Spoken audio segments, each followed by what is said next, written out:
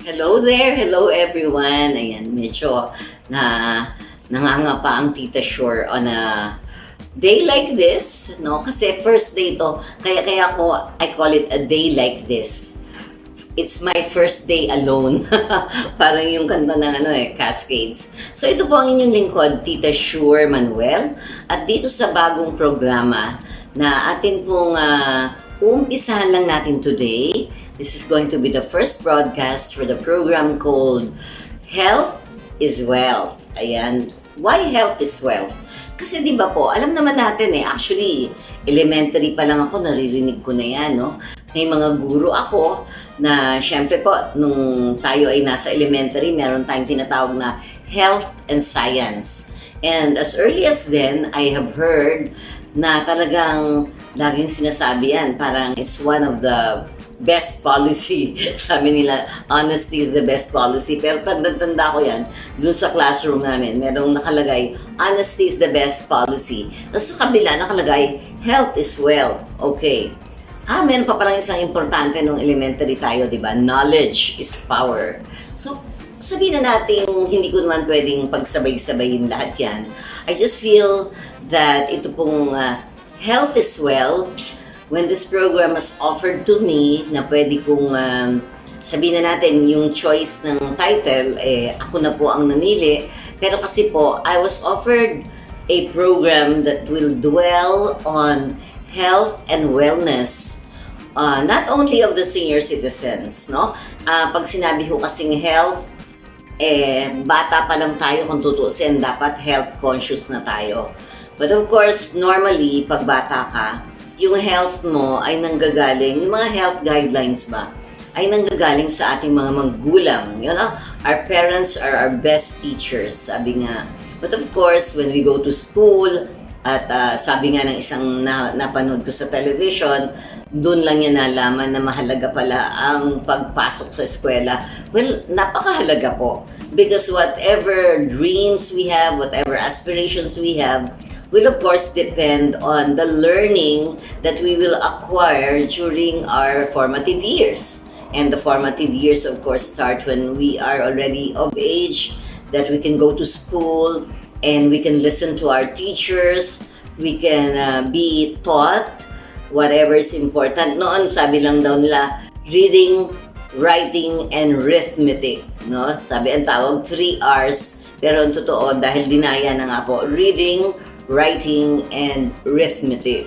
Okay, pero ngayon po, mga bata, mas sophisticated na. Especially, we already have the advent of technology na kung saan medyo mas complicated na siguro ang mga itinuturo sa ating mga estudyante, sa mga bata, sa eskwela. Pero ako po ang inyong lingkod, Tita Shore Manuel. As I've said, binanggit ko talaga that when you say health, it doesn't really mean sa seniors lang. Why? Because I'm making this clear dahil po meron po tayong mga kaganapan and mostly the events that I do are for senior citizens. And I've been doing this kahit na ako noon ay hindi pa senior citizen because I belong to the advertising world. And yung sa advertising po, when I was at the height of my career as an advertising executive, ang tinatawag ho natin noon niche market. Ang niche market na akin pinagtuunan ay ang mga nakatatanda or the senior citizens. Why? Because during that time, konti lang po ang nakakapansin. In fact, we call them elderly during that time, no? So, meron hong isang organization called The Golden Years na nung ako po, I was in the field of advertising but I was really mostly handling events for children.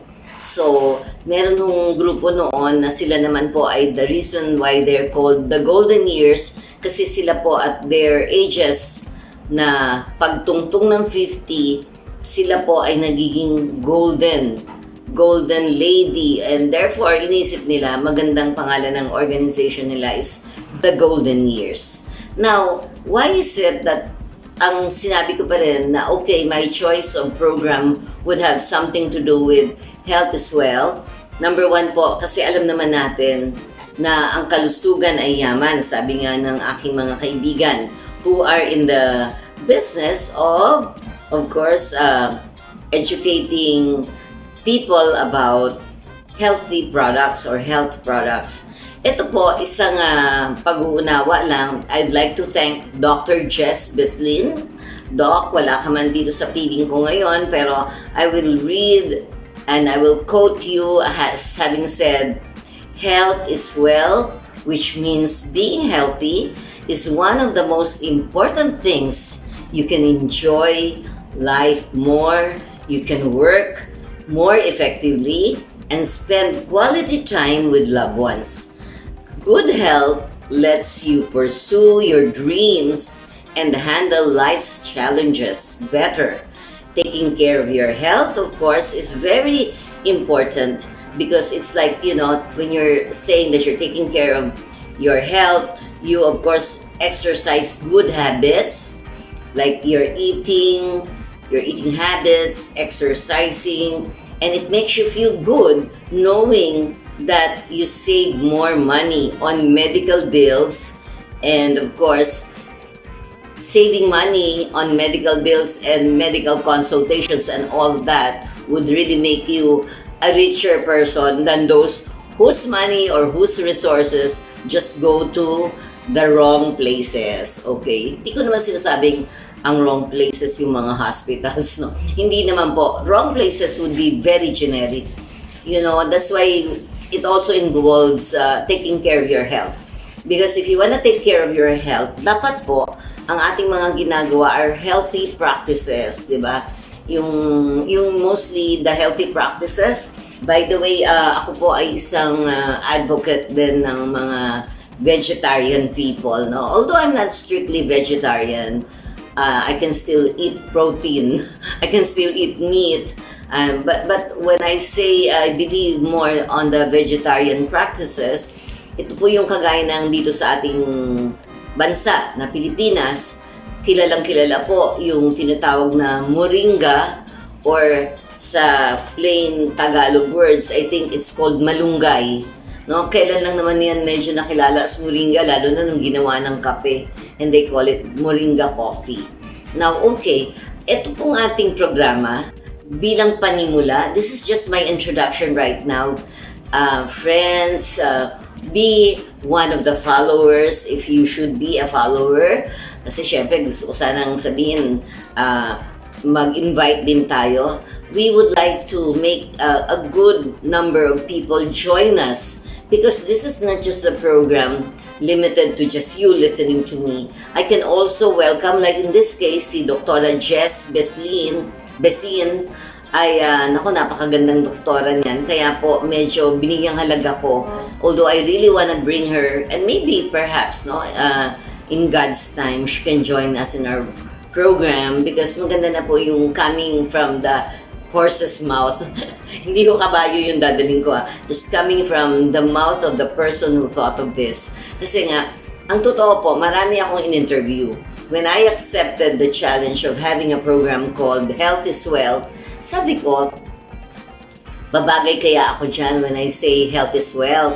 Baka sabihin ng mga tao, tingnan mo naman to si Tita Sure, di ba? Hindi na nga healthy, hindi pa wealthy.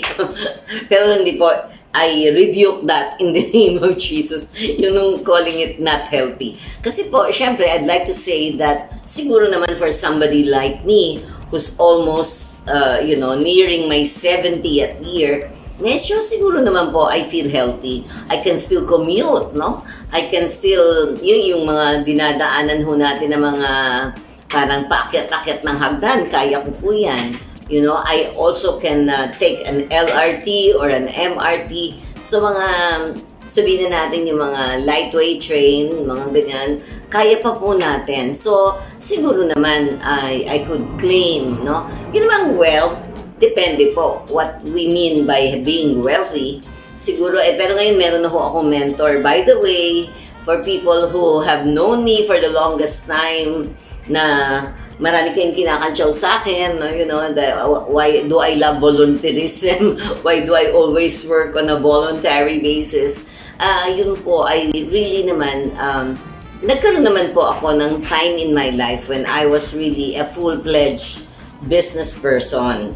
And swerte ko nga that ang business ko ay advertising. But I just really thought, kasi when I became, sabihin na natin, there came a time in my life, I became a grandma. I was so excited and I thought to myself, wag na akong mag-business, wag na akong about wealth making. I'd like to just concentrate on taking care of a grandchild. No? In particular, a grandson during that time, the very first one. Ang katwiran ko po doon is that I was a working mom. So for the longest time, because I was a solo parent and I had no choice but to be a working mom, parang bang sabi ko, parang siguro bawi na lang ako ngayon. Because at the time that I already had a grandkid, yun naman pong binantayan ko for the longest time in her life. And she became a businesswoman herself. Parang sabi ko, well, it's about time. You'd like to do the business, you can attend to the business, and actually business partner ko siya noon, pero I handed over the business, and I started becoming a grandmom na mas maganda po, no? Medyo domesticated na yung role ko. I stay at home, I take care of a baby boy, and that's why I said siguro yung pagiging health is wealth na bata pa lang i-inculcate na natin. Meron po mga guidelines in prolonging one's health, no? Or boosting one's health, in prolonging life or longevity of life. I remember that I was with Dante Liban before, and we were in a political party, and I told him that one of my advocacies would be to handle programs for the older folks. Hindi pa po tinatawag noon na senior citizen. Wala pa yatang party list noon na senior citizen. So, ang ginawa ko po noon ay ang aking mga programa para sa nakatatanda. Because as I said, I started with the golden years. Ako po ay mag-i-introduce ka ako ng mga program which will introduce healthy practices, and not only that, yung longevity of life po. There are certain secrets. And of course, it's no longer a secret now. Of course, one reason why we will have longevity of life is we take care of our lives, di ba? And sabi pa nung isang bagong mentor ko, important to make your body well. So number 1 daw yung body. So of course, we start by doing that. And so yun ho yung magiging format ng programa natin. We will allow people to join us. If they are doctors, if they are medical practitioners, or kahit na ho sila ay mga herbatologists, kahit na ho sila ay mga naniniwala lang sa mga organics, anybody who would like to contribute anything that would boost the health of the Filipino nation.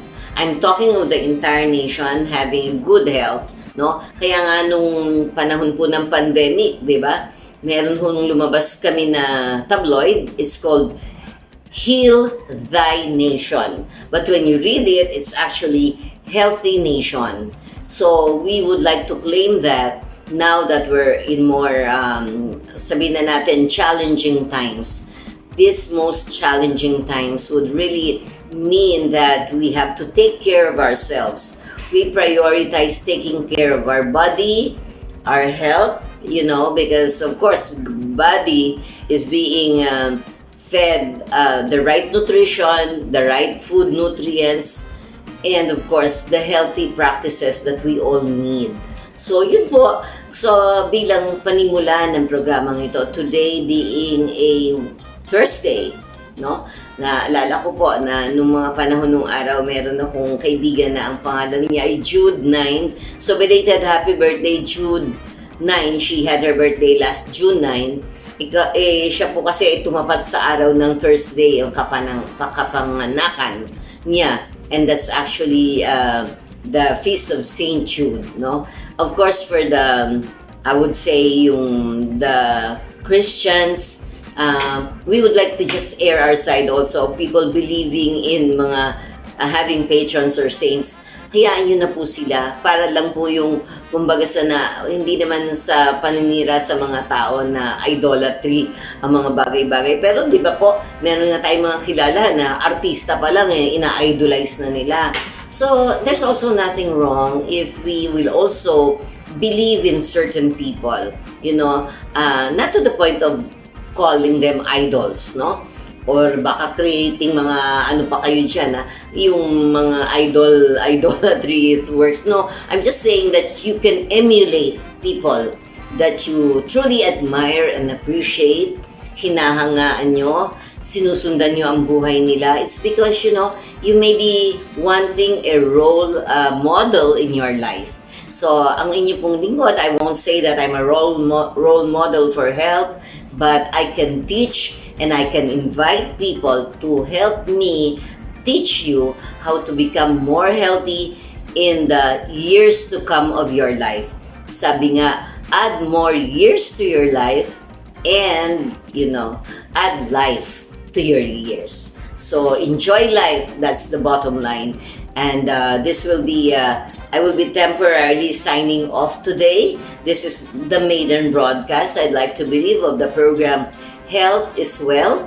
And tune in once again. I'll be announcing, and of course, our station, GRV TV. Ayan, yan po ang ating GRV TV broadcasting will be continuing to do whatever they've started to do in terms of public service, and our way of giving public service, giving more healthy tips to our listeners and viewers. And again, I would like to request you to become a subscriber in our program, and let's see how we will all attain a healthy nation. Again, this is Tita Sure Manuel, and see you again in the program Health is Wealth.